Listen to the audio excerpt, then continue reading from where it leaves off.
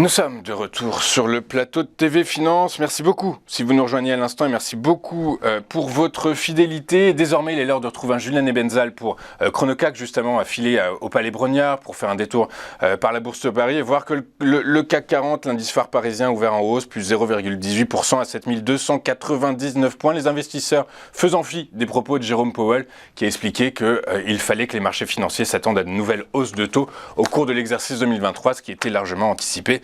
De toute façon, Julien, bonjour.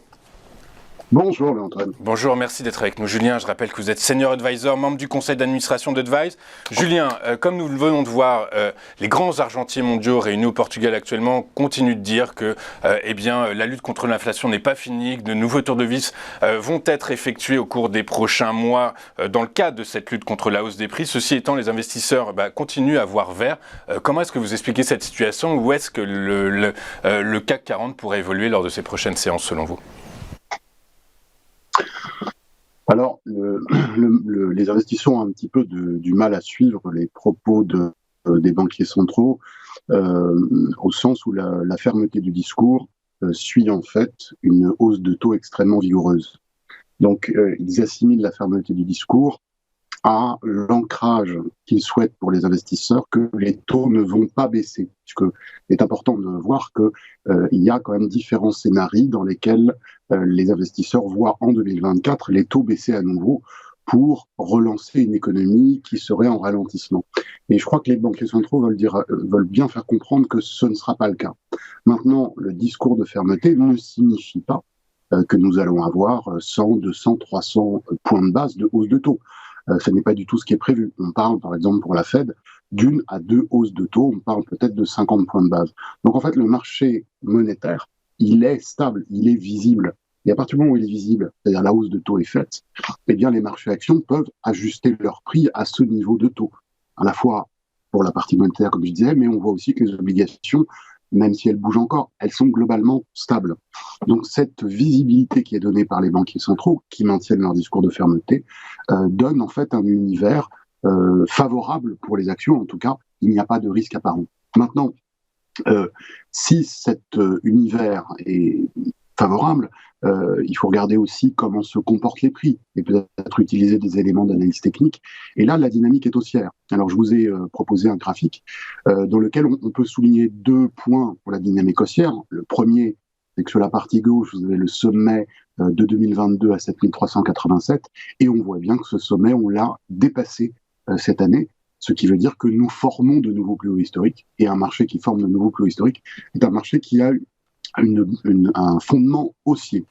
La seconde chose, c'est que vous avez au milieu du graphique qui traverse une moyenne mobile à 200 jours. Vous voyez que cette moyenne mobile, elle remonte en ce moment. Elle remonte à peu près depuis le mois de janvier et elle soutient la dynamique des cours. Donc là encore, c'est un élément positif. Maintenant, il y a juste peut-être une nuance qu'il faut donner, c'est que la vitesse de la hausse est en train de ralentir, notamment depuis l'atteinte de la résistance de 7600 points. On voit d'ailleurs sur l'indicateur qui est en bas du graphique, qui est un MACD, qui est un indicateur en fait de dynamique de marché, que l'indicateur baisse plutôt qu'il ne monte au cours du premier semestre. Ça veut dire que la vigueur de la hausse est moins importante qu'elle ne l'a été, par exemple, au dernier trimestre de 2022. Et ça, c'est le signe d'un marché qui va soit évoluer très sagement et très lentement à la hausse, soit évoluer latéralement, c'est-à-dire faire une consolidation. Donc, la dynamique, pour synthétiser tout ça, la dynamique est haussière, absolument rien ne la remet en cause. On peut seulement envisager qu'il faudra être patient cette année pour avoir des résultats financiers, je dis bien à partir des niveaux de cours actuels, c'est-à-dire à partir de la zone des 7300 points. C'est pas évident qu'on monte tant que ça. Il faudra donc être patient puisque la hausse a ralenti. Mais il faut conserver une exposition aux actions, qu'il s'agisse de moyen terme ou de long terme, puisque encore une fois, rien ici ne s'y oppose. Alors, je vous remercie beaucoup pour vos explications, Julien, qui sont très claires. Vous dites que pour l'instant, il faut rester exposé aux actions, ce qui a du sens quand on vous écoute. Ceci étant, vous dites pour l'instant, est-ce que vous avez défini un niveau à partir duquel il faudra commencer à se poser la question de sortir de son portefeuille le CAC si on en a? Alors, il y a deux sorties possibles. Il y a la réduction d'exposition, parce que le scénario haussier ne se développe pas.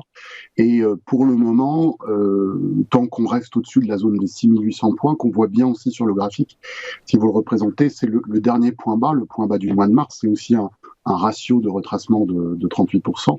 Tant qu'on est au-dessus de ce seuil, déjà, il n'y a pas de raison de réduire son exposition. Maintenant, et comme je disais, je vois pas beaucoup de raisons de penser que tout va se dégrader. Maintenant, la question c'est quand est-ce qu'on sort finalement à la hausse, quand est-ce qu'on réduit alors qu'on est en gain significatif. Eh bien, j'estime que le creux d'octobre 2022 est un creux majeur, ce qui veut dire que je pense que le marché haussier peut durer depuis octobre 2022 au moins 2 années. Donc déjà en temps, je resterai exposé aux actions sur l'ensemble de l'année 2024. Après, il y aura un autre facteur à mesurer dans cette évolution, si elle se produit comme je l'anticipe, ce sera l'évolution du sentiment de marché.